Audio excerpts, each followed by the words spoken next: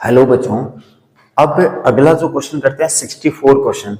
64 जो क्वेश्चन है वो बहुत ही बड़ा क्वेश्चन है, बट इस क्वेश्चन को मैं बहुत ही कम समय में खत्म करूंगा और मेरा जो कॉन्सेप्ट मैं यूज लूंगा वो आपको बहुत ही सिली सा कॉन्सेप्ट लगेगा। बहुत सारे टीचर्स इसके अंदर ये कहेंगे कि सर ऐसा करना गलत हो सकता है, वो हो सकता है, बहुत सारी पंचायती हो सकती है।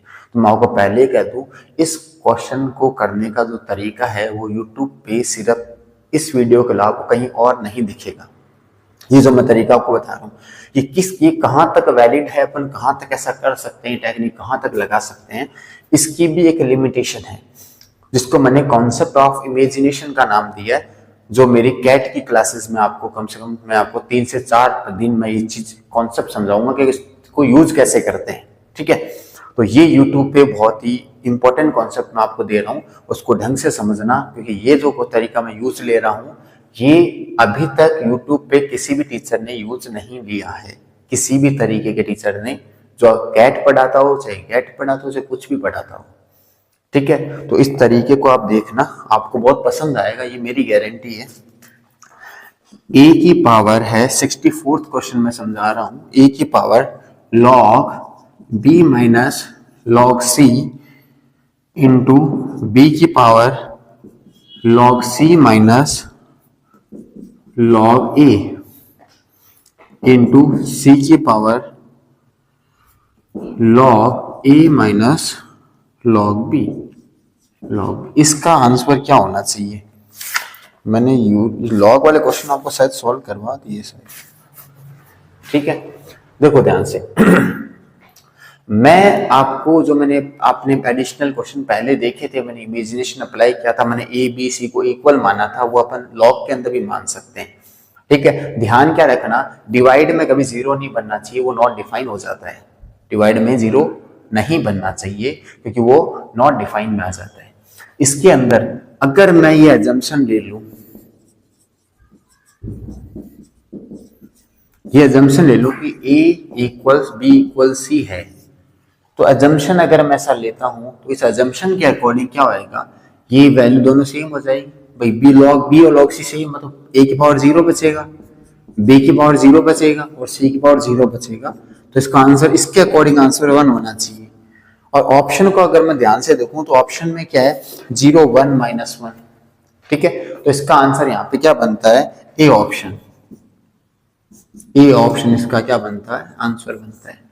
ये कॉन्सेप्ट मैंने आपको बताया है।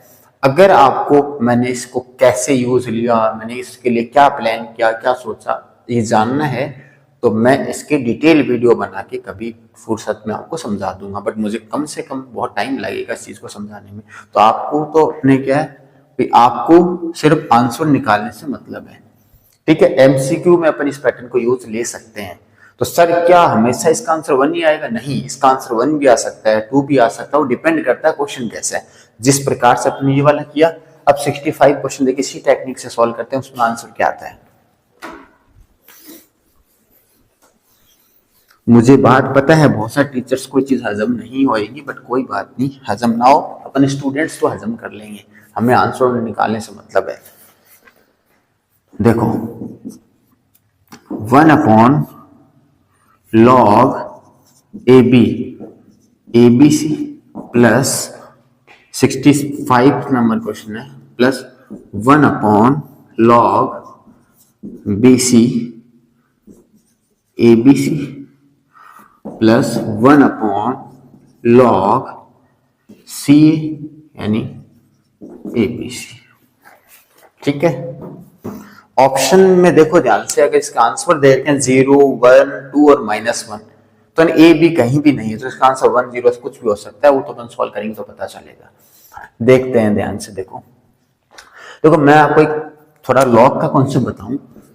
लॉग ए बेस बी को अपन लिख सकते हैं लॉग ए अपॉन लॉग बी लिख सकते हैं। ठीक है, ऐसे ही अगर इस रिजल्ट को मैं एक को समझा रहा हूं आपको, इस रिजल्ट को मैं ऐसे देखूं 1 upon log A B C upon log A B लिख सकते हैं, तो ए बी ऊपर चला जाएगा, मैं ये कहना चाह रहा हूं। ठीक है, तो इसमें क्या होगा, इसको अपन ऐसे लिख सकते हैं log A B upon log A B C plus log BC upon log ABC plus log CA upon log ABC। अब इसको एलसीएम लेके सॉल्व करें तो बेसिक से भी सॉल्व कर सकते हैं, बट अपन बेसिक को यूज कम ही करते हैं थोड़ा।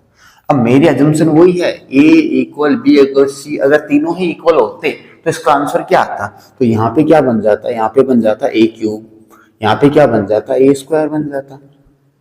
पावर कोई लॉग आगे भेज देता है, ये पावर आगे आ जाती, तो ये आंसर 2/3 आता।